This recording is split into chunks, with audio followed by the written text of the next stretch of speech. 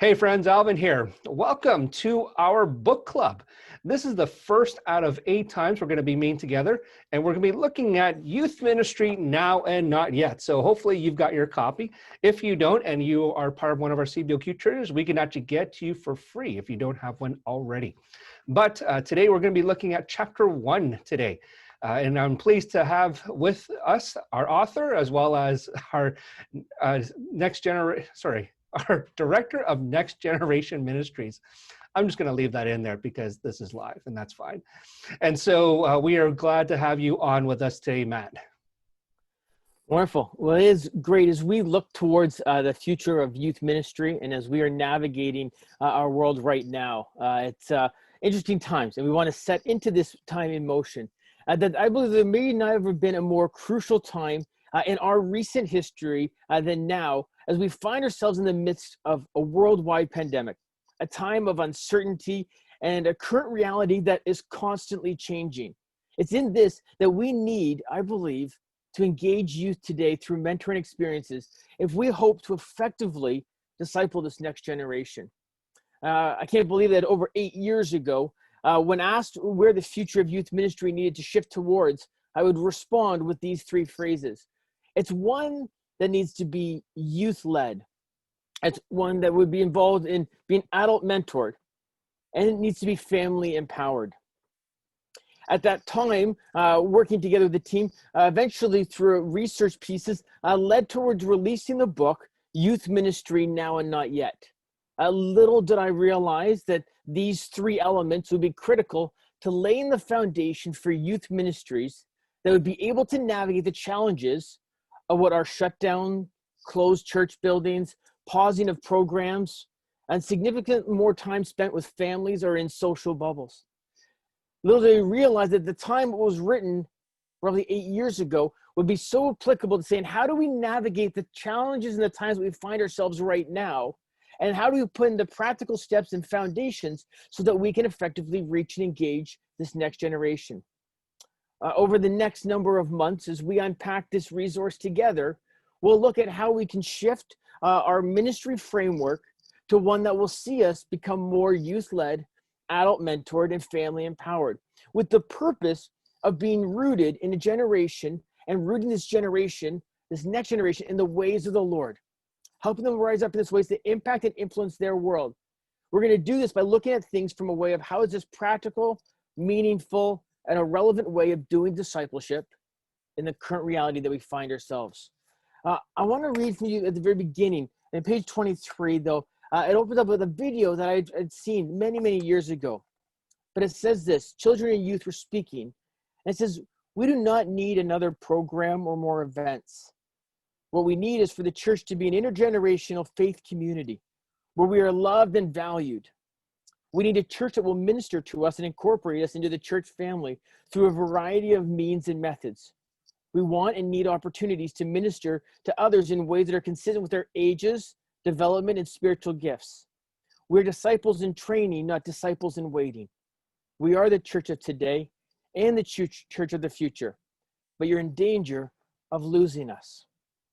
There is no question that over the last decade that we've struggled in ministering to youth, that we've struggled in some of the ways that we have discipled them. And we are realizing we have to look at this. This pandemic has awakened us to the more and more conscious reality that we have to effectively look at how do we share our day-to-day lives with young people, helping them rise up in the ways of the Lord. How do they navigate the challenges and the complexities that our world and our culture throws at them? You see, but I am not discouraged by this, but rather say there is hope in the midst of this. And here's something that youth are craving. We're seeing more clearly than ever meaningful community. They're wanting to have a sense of belonging and to be believed in by the older generation.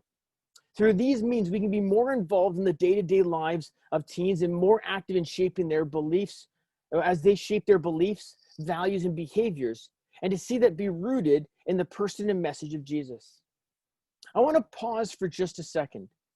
Allow us to ask ourselves, given the state of our world, the state of your local context, the state of our churches, how satisfied are you with the effectiveness of your ministry to reaching and discipling the next generation? when we sit and pause on that thought, as we think through that, some of us go, hey, this is where I'm hitting it out of the park. And there's other parts where I wish you'd be more effective. Other of us are going, I'm really struggling. I'm feeling really alone and lost, and just, I don't know how to be any more creative. Others are saying, hey, this is working. We're seeing some ways to connect with kids, youth, young adults in new and fresh ways. Friends, I want you that we have to recognize that we're not alone in the struggles of our day right now, trying to figure out how to do ministry that is safe, that's healthy, that's meaningful and engaging all at the same time. You're not alone in having to grieve the letting go of how we used to do ministry, to make space for what is to come. Amazing 10 years ago, 8 years ago, the not yet, letting go of the now so that we can step into the not yet. And how do we start preparing ourselves for that not yet?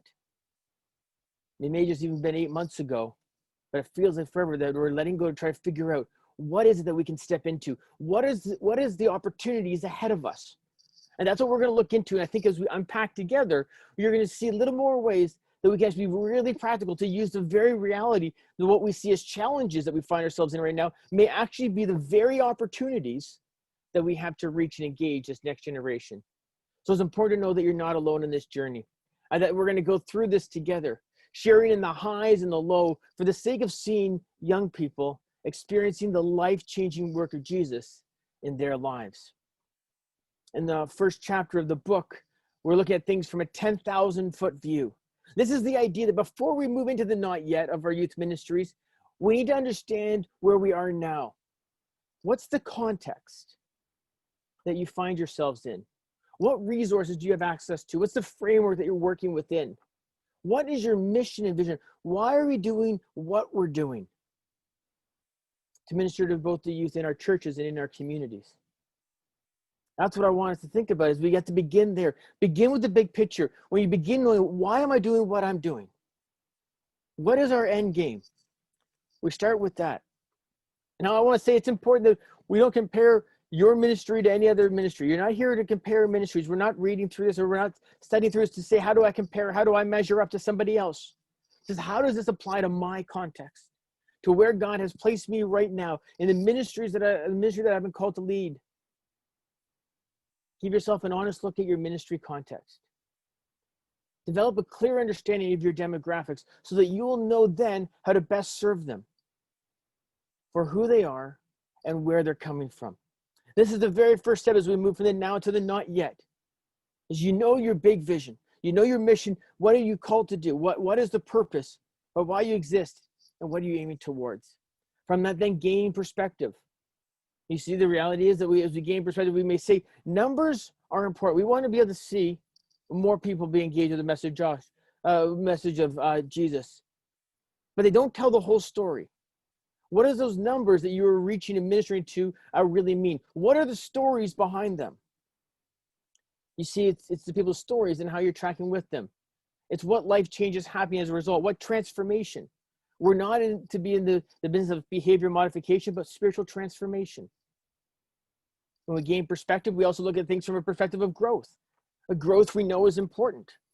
But how do we understand it? Do we understand the challenge that what happens is that in the midst of things that may be growing, in youth ministry, let's say it's from grades 6 or grade 6 or 7 through till grade 12.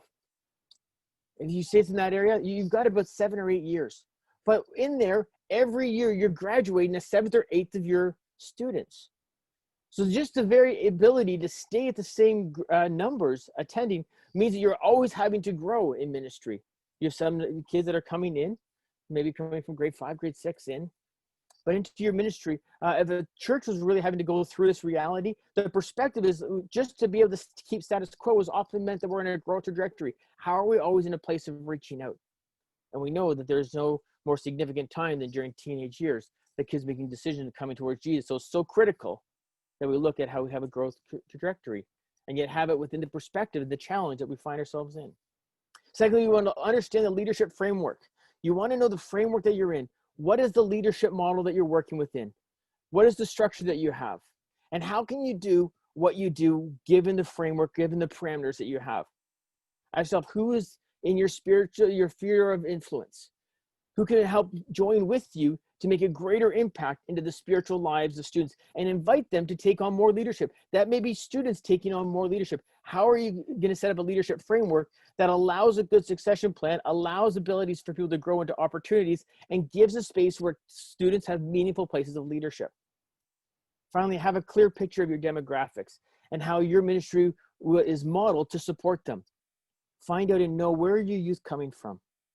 What's the demographic understanding of who they are, their age, their breakdown, where they're coming from, who they are, their stories. Find out what are their felt needs and their critical concerns. Understand your demographics that you're going to be doing ministry to. Feel the felt needs so that you can respond to the larger picture. You see, know what your model or framework is that you've put in place or that needs to be put in place to best minister to young people and moving them closer to Jesus. So as we gain clarity of the big picture, know why you're doing what you're doing in ministry, and to how to fulfill the mission of reaching and discipling the next generation, then you'll be able to move forward to implement a plan and a strategy to make a meaningful, life-changing impact on the next generation moving closer in relationship with Jesus. Let me close this first section with a reminder from a youth worker and in our CBOQ family for why we've invested into the next generation. Why are we as youth ministry leaders, amidst facing so many challenges, many stresses in our current reality, do we need to push forward? Do we need to step in sync with the Spirit for the sake of the ministry of the next generation? Why do we keep doing what we're doing? Well, here's what one youth worker shared with us. I pour myself into the lives of youth because I believe in investing in the lives of young people. There are so many competing values, challenges, and struggles that young people face.